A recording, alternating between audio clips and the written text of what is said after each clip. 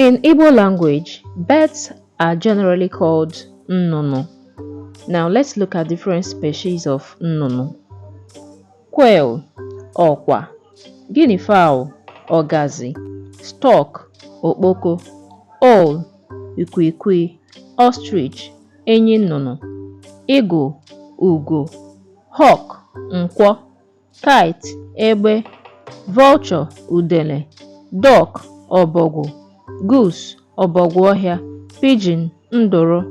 Dove, ndo. Woodpecker, ọtụrụkpọkpọ. Egret, chekeleke. Sparrow, nza. Swift bird, elekenti ọba. Pied crow, ugoloma. Bat, osu. Next will be water creatures.